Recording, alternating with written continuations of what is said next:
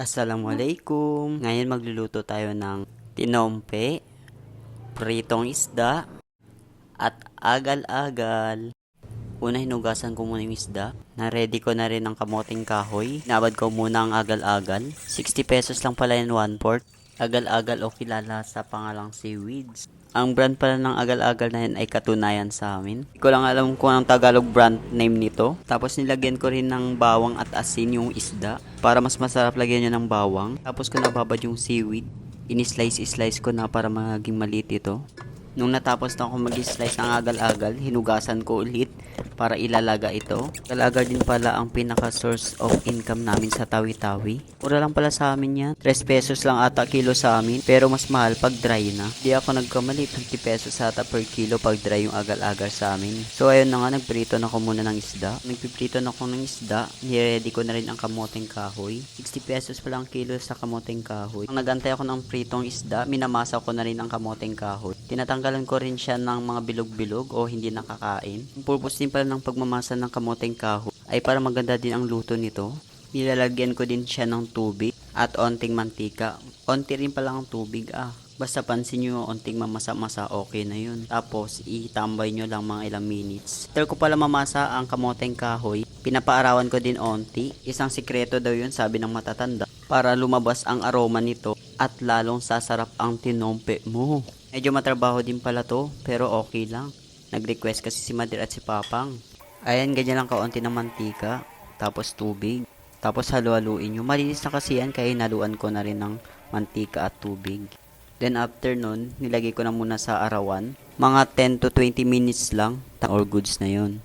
So sa puntong to, nilaga ko ng seaweed at niready ko ng sibuyas kamatis. So kasi mga rekado na ihalo natin sa agal-agal. Di ko lang tawag dito, alam ko agal-agal salad lang, ganun. Para siyang lato lang din. Ang pinagkaibahan yung lato, hindi na kailangan ilalaga, yung tinglinis lang, ganun. Mga 3 to 5 minutes lang pala kailangan ilalaga ang agal-agal or seaweed. Pangit din kasi paglabsak, parang noodles. Ito na palang itsura ng seaweed, so yung agal-agal. Yan itsura niya pag nalalaga na. Promise, sobrang sarap nito. Try nyo na rin dyan. Akti, nakakamiss ang buhay probinsya. Pinaka namimiss ko dito yung pagtatali ng seaweed. Ayun din kasi ang unang income ko dun. Tatali ka ng seaweed sa isang line, 2 pesos. Share ko lang yun.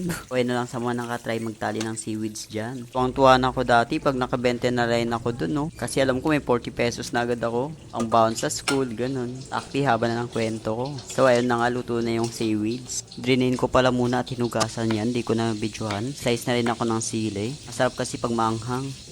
Naghiwa na rin ako ng luya. Masarap din kasi yan pag may luya. Pangtanggal lang sa ganun. Hindi naman siya malangsa. Basta ewan ko masarap dito pag may luya. So ayun, naglagay na muna ako ng paminta. Pamintang durog at pamintang crack. Hindi ko lang pinagkaibahan nun. Basta ganun. Hinalon ko ng sibuyas kamatis. At nilagyan ko rin ng sili. Bale, isang piraso lang palang sili niligay ko. Baka masyadong maanghang. Hindi ko na kayang panggap kaya binuhat ko na lang. At hinalo-halo ko na. Tapos imekos-mekos mo lang insan. Limutan ko pala. Meron pa suka. Ayan, insert ko na lang din. Tapos asin. Kung natatakam ka na, itry mo na rin. Madali lang pala yan. Ang kailangan mo lang seaweeds, asin, sibuyas, kamatis, luya, paminta crack at paminta buo. Hindi pala, pamintang crack at pamintang durog. Hanap ako ng bechin, wala akong mahanap. Kaya nilagyan ko ng pamintang durog. Lagyan din pala ako ng 1 teaspoon of sugar. Para balance lang. Tapos halo-haloin mo na yan insan. Nung natapos na ako maghalo-halo, inamoy ko rin kung masarap na yung amoy niya. Sabi ko, perfect na to. Kaya kumuha na rin ako ng platito para tikman. Ay hindi pala, kumuha muna ako ng luka pala muna kinuha ko. Masyadong excited. Natatakam na yan. So yun na, pinapass forward ko na para matikman ko na rin ang gawa kong salad seaweeds. So sa amoy pa lang, takam na ako. Yan, tinikman ko na. Sarap sobra. Try nyo na rin, promise. So, ayan palang finished product natin ng salad seaweeds. Ngayon, naglagay na ako ng mantika para lutuin tong kamoteng kahoy. So, ayan, nagpa-video muna ako kay Kuya Mans. Wala kasi ako trabaho ngayon kasi sinusulit ko lang ilang araw kong tambay. Minsan lang naman sila nag-request. Kasi next day, back to reality na naman ako. Kaya sabi ko sa kanila, kung anong gusto nyong kainin ay request, sige, requestan ko ng request. Kasi next day, busy na ako. Wala, share ko lang sa inyo. So, ayun, malapit na maluto. Pinapass forward ko na pala yan. Kasi masyado na mahaba. Mahaba ang video. So, ayun na, luto na nga. mabilis na pala yan kasi pinapass forward ko lang. Pero matagal talaga yan, mga 20 minutes ka din maghalo-halo. Pero sulit naman kasi sobrang sarap nito, promise. Gusto niyo set kayo inuman, ako tagaluto nyo. Go lang ako. Basta kayo na bahala sa budget ha. Ako na tagaluto nyo, promise. Sobrang sarap.